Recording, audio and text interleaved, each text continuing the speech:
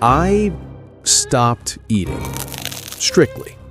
And honestly, it was the scariest thing I've ever done. But it was also the single best thing that ever happened to my physique and my mental health. If you are watching this right now and you are still forcing down dry chicken breast at 7 p.m. because a macro tracking app told you that you've hit your limit, or if you're eating foods you hate just because they're clean, you are slowly ruining your metabolism. Today, I want to break down exactly why I quit the mainstream fitness diet industry. We're going to go deep into the physiology of cortisol, the myth of clean eating, and how you can actually eat more food to get leaner. No clickbait, just science. Let's go back to where I started. For years, I treated my body like a calculator. I didn't see food as nourishment, I saw it as numbers. I weighed my lettuce, measured my olive oil by the literal gram. If my scale said 129 grams of chicken, but the package said I could have 130, I was stressed. I was eating clean. I was the guy at the restaurant asking for steamed veggies with no sauce. And on paper, I was healthy. But in reality, I was miserable. I was obsessed. I was anxious whenever I had to go out for dinner with friends because I couldn't control the ingredients. My social life suffered because I wouldn't drink or eat cake at birthdays. And the irony of it all, despite all this suffering, my body wasn't changing.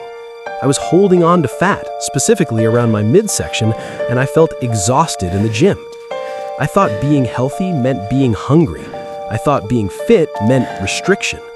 I was completely wrong. I realized I wasn't fueling a race car, I was trying to run a Ferrari on fumes. Here is the deep truth that most influencers won't tell you because it doesn't sell fat burners or detox teas. Dieting is a stressor. When you are in a chronic calorie deficit or when you're eating food you don't enjoy, your body interprets that as a threat. This triggers a physiological response involving a hormone you've probably heard of, cortisol. When cortisol stays elevated for too long, your body enters survival mode. It doesn't know you're just trying to look good for summer, it thinks there's a famine. So what does it do? It downregulates your metabolism. It starts burning fewer calories at rest to conserve energy.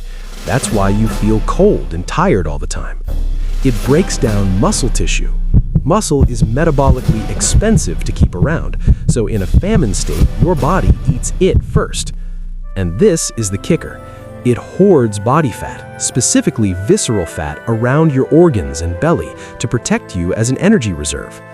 I was trying to outstarve my body, but biology always wins. My body was clinging to that fat because I was constantly signaling that food was scarce.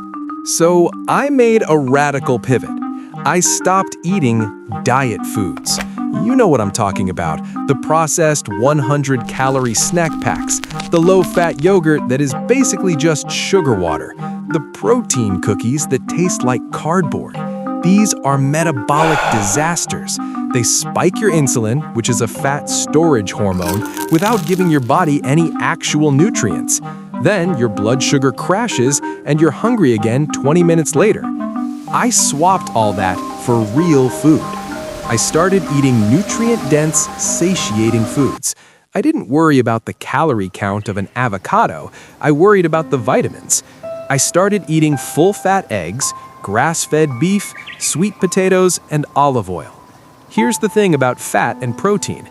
They trigger satiety hormones in your gut, specifically CCK and PYY. These hormones tell your brain, hey, we're good, we have energy. Processed carbs do not trigger these signals effectively. I shifted my philosophy from counting calories to counting nutrients. I call this metabolic flexibility. Instead of stopping when I hit a number on an app, I started eating until I was physically satisfied. This was terrifying at first. I thought I would blow up like a balloon. But because I was eating real protein and healthy fats, I found that I naturally couldn't overeat. I got full. My portions naturally regulated themselves. Here's the protocol I want you to try. Rule number 1, prioritize protein. Aim for a palm-sized portion at every meal.